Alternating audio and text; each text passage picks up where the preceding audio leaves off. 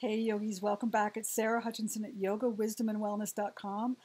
I am reclining on my patio at my home in Colorado, and this is a video I've been wanting to make for a long time for you.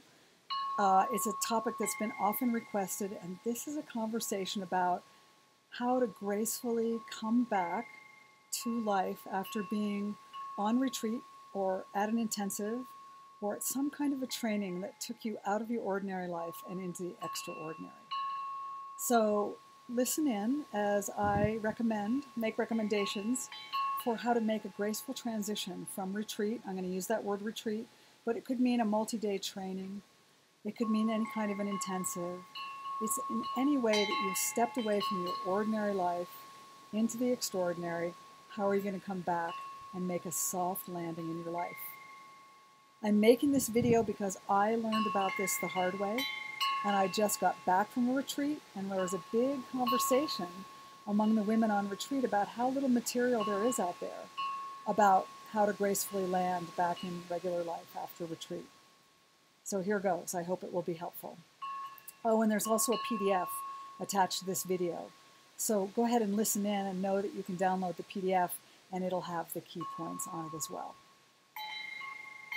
So my number one tip for you about coming in off of retreat or an intensive or even a vacation, and we might even extend this to Shavasana, that mini retreat that most of us take every day. My number one tip to reintegrate is to take your time. Now, I learned this the hard way. For many years, I was working full-time, I was parenting full-time, and I was taking the time to go on retreat. It was just essential to my life. And yet I often came back, and many of you will relate to this, late on a Sunday night and found myself back at work on Monday morning having gotten the kids off to school. There I would be in the hospital, or eventually when I went to work in the schools, I'd be in the middle of a public school surrounded by hundreds of kids. And it required me changing my hat very quickly.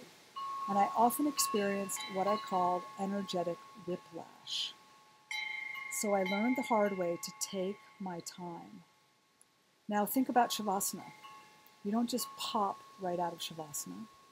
The more slowly we come out of Shavasana after a asana practice, the better and the more integrated we feel, the more we can take the practice with us. So this is true when you come off of retreat as well.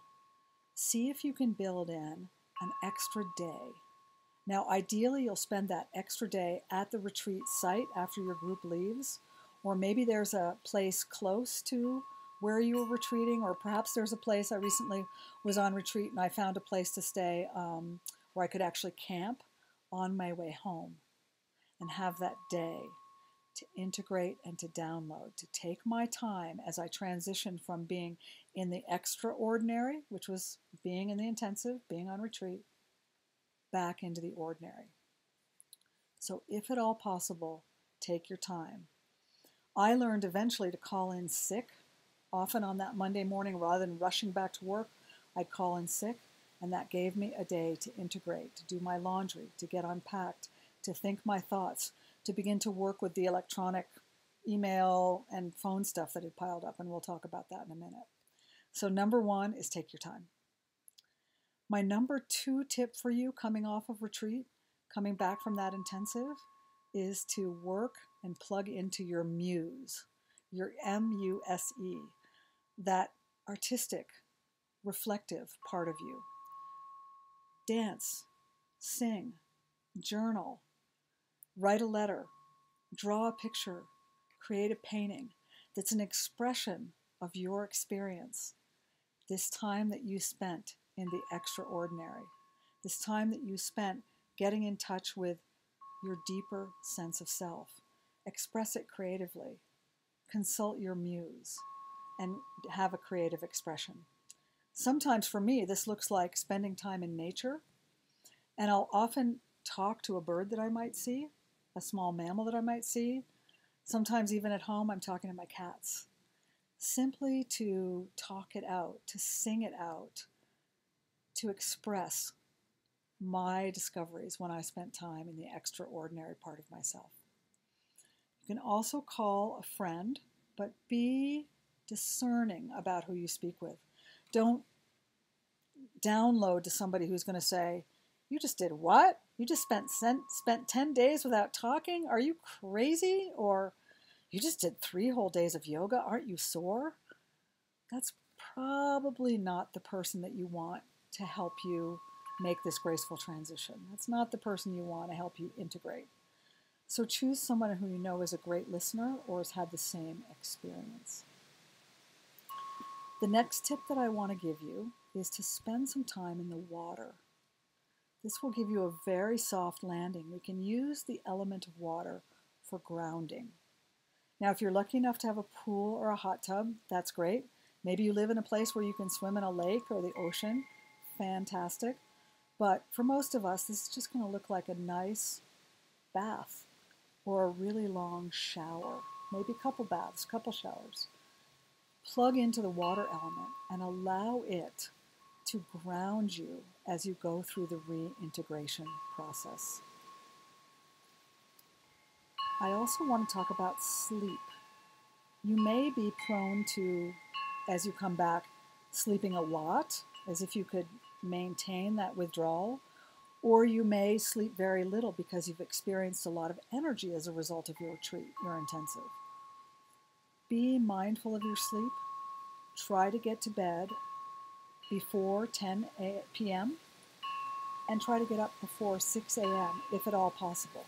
This honors the natural cycle of integration in your physical and in your energy body and gives you the greatest opportunity, again, to integrate the experience.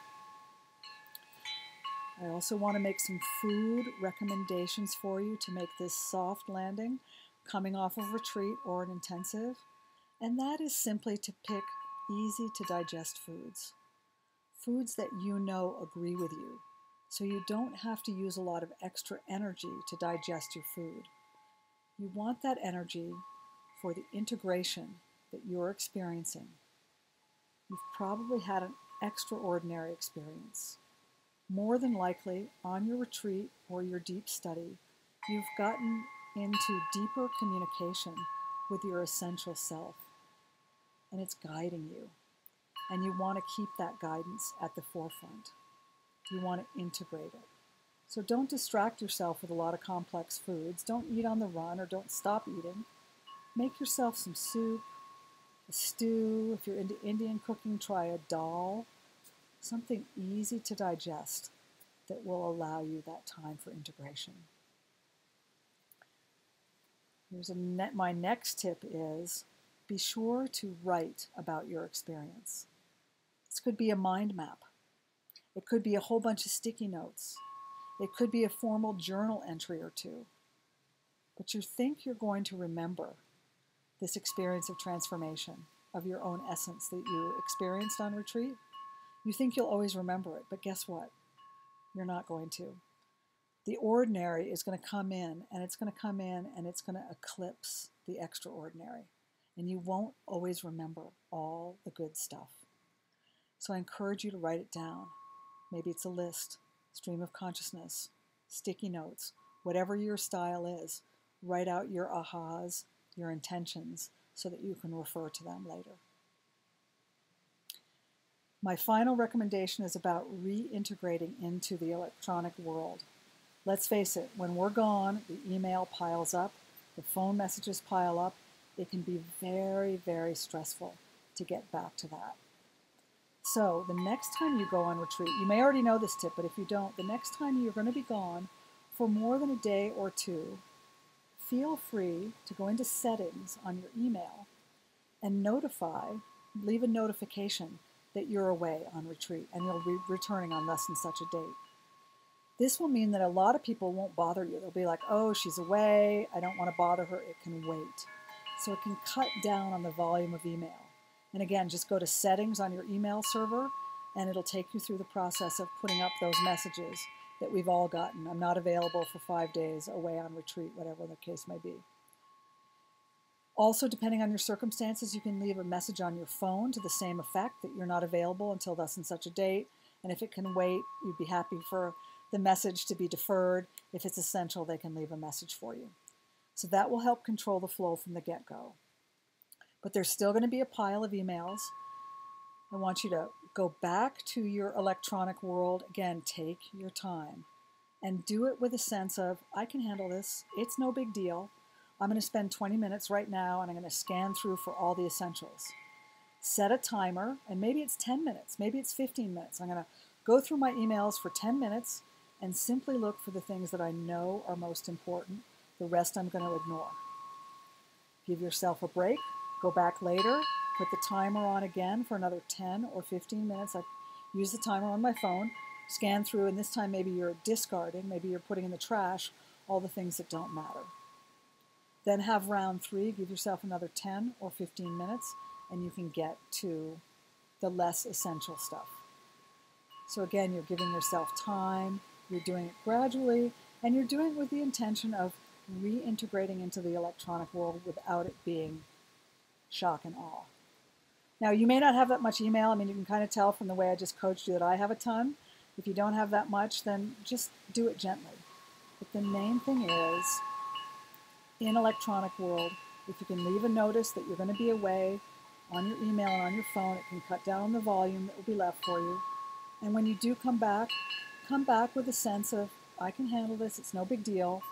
Use the timer, go into your email in 3 different increments if possible to comb through it and get that all done.